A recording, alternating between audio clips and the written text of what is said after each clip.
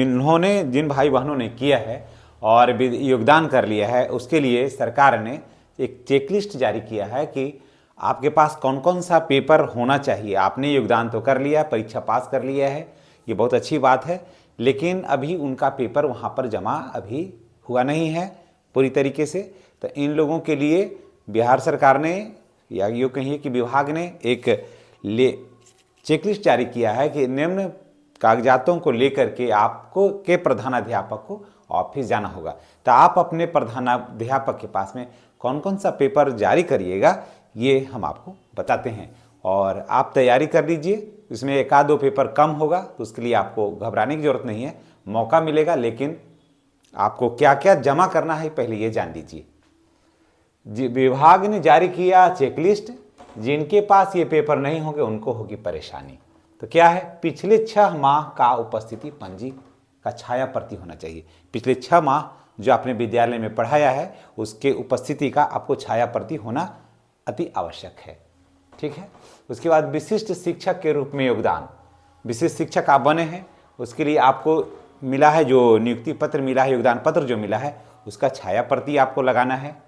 उसके बाद 10वीं का अंक पत्र, 10वीं का अंक प्रमाण पत्र, प्रवेश पत्र और प्रमाण पत्र आपका, आपने जो मैट्रिक में एग्जाम दिया है उसका होना चाहिए, अंक पत्र होना चाहिए, उसका प्रवेश पत्र होना चाहिए और उसका प्रमाण पत्र होना चाहिए। 12 में वैसे ही इंटर में का अंक पत्र, प्रवेश पत्र और प्रमाण पत्र होना चाहिए। उसके बाद स्नातक में, स्नातक का अंक पत्र, प्रवेश पत्र और प्रमाण पत्र होना चाहिए। एमए का अगर आपने लगाया है तो एमए का अंक पत्र, प्रवेश पत्र और प्रमाण पत्र। प्रशिक्षण, आपने जो भी प्रशिक्षण लिया है, जैसे आप पूर्व से प्रशिक्षित थे या यहाँ से आए, उसके बाद सेवा के दौरान में आपने प्रशिक्षण पाया है, तो उसका प्रशिक्षण का अंक पत्र चाहिए, प्रवेश पत्र चाहिए और प्रमाण पत्र चाहिए। उसके बाद शिक्षक पात्रता परीक्षा का, आपने टेट किया है, बीटेट किया है, सीटेट करके आए हैं, उसका प्रमाण पत्र होना चाहिए, उसका अंक पत्र होना चाहिए और उसका प्रवेश पत्र होना चाहिए, तीनों होना चाहिए। जी हाँ, इसमें अंक पत्र, प्रवेश पत्र और प्रमाण पत्र भी इसका होना चाहिए। उसके बाद आपने सेवा के बाद सक्षमता परीक्षा दिया, सेवा में रहते हुए सक्षमता परीक्षा जो दिया आपने, तो सक्षमता परीक्षा का है ना, प्रवेश पत्र, अंक पत्र, प्रवेश पत्र और प्रमाण पत्र हो गया। और उसके बाद आपने जो दक्षता दिया है, दक्षता दिया है, जी हाँ, ये भी याद रखिएगा।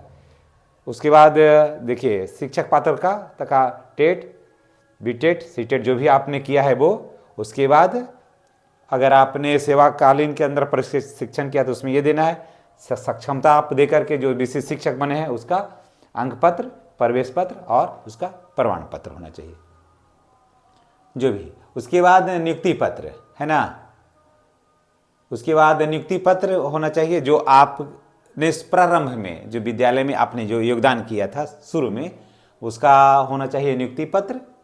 उसके बाद पदस्थापना आप विद्यालय से होगा कि विद्यालय में कितने शिक्षक हैं, आपका क्रम क्या है, उसका पूरा डिटेल्स उसमें पदस्थापना में जो एचएम है वो बना कर देंगे उसमें आपको। उसके बाद फिर जाति प्रमाण पत्र, आप किस जाति से बिलोंग करते हैं और आपने किस कोटि में आपकी नियुक्ति हुई है, इसके लिए आपको जाति प्रमाण पत्र देना होगा। उसके बाद देना है निवास प्रमाण पत्र, आपका घर कहाँ है तो ये भी देना होगा।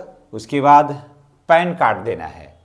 उसके बाद बैंक का पासबुक देना है जिसमें आपकी सैलरी आती है, उसका पासबुक देना है। उसके बाद दक्षता का प्रवेश पत्र और अंक पत्र देना है। ये सारा डॉक्यूमेंट जो है ना वो एक फाइल में लगा करके देना है ताकि आपको बाद में कठिनाई नहीं हो और विभाग को भी कठिनाई नहीं हो। हाँ, एक चीज़ और बता देते हैं, अगर मानते हैं कि इसमें एक आगो सर्टिफिकेट कहीं मिसप्लेस हो गया है भूलवश, तो उसके लिए आपको समय दिया जाएगा आपको, लेकिन बना के लाना ही होगा।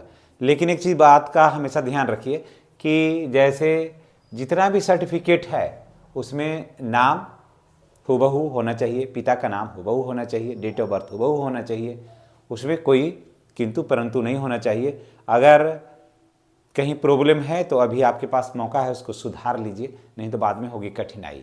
और एक चीज़ जान लीजिए कि अगर आप 1 to 5 के शिक्षक हैं और अगर आपकी नियुक्ति जिस पर हुई है, जैसे मानते हैं कि 1 to 5 के शिक्षक हैं, मैट्रिक दिए, इंटर दिए और प्रशिक्षण का प्रमाण पत्र दिए, तो आपको इतना ही कागजात की तैयारी करना है। अगर आप का सिलेक्शन ग्रेजुएशन पर हुआ है तो ग्रेजुएशन तक देना है, किन्हीं का सिलेक्शन एमए तक हुआ है, उनका मेघांक बना है तो एमए तक देना है।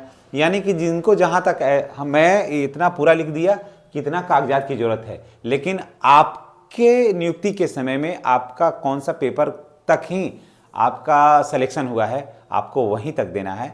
ये सारे पेपर में आपको उलझने की जरूरत नहीं है। ये सारा पेपर उसके लिए है जो इन सारे पेपरों के साथ उनकी नियुक्ति हुई है, इस बात का रखना है ध्यान। तो इन्हीं बातों के साथ मैं आपसे लूँगा विदा।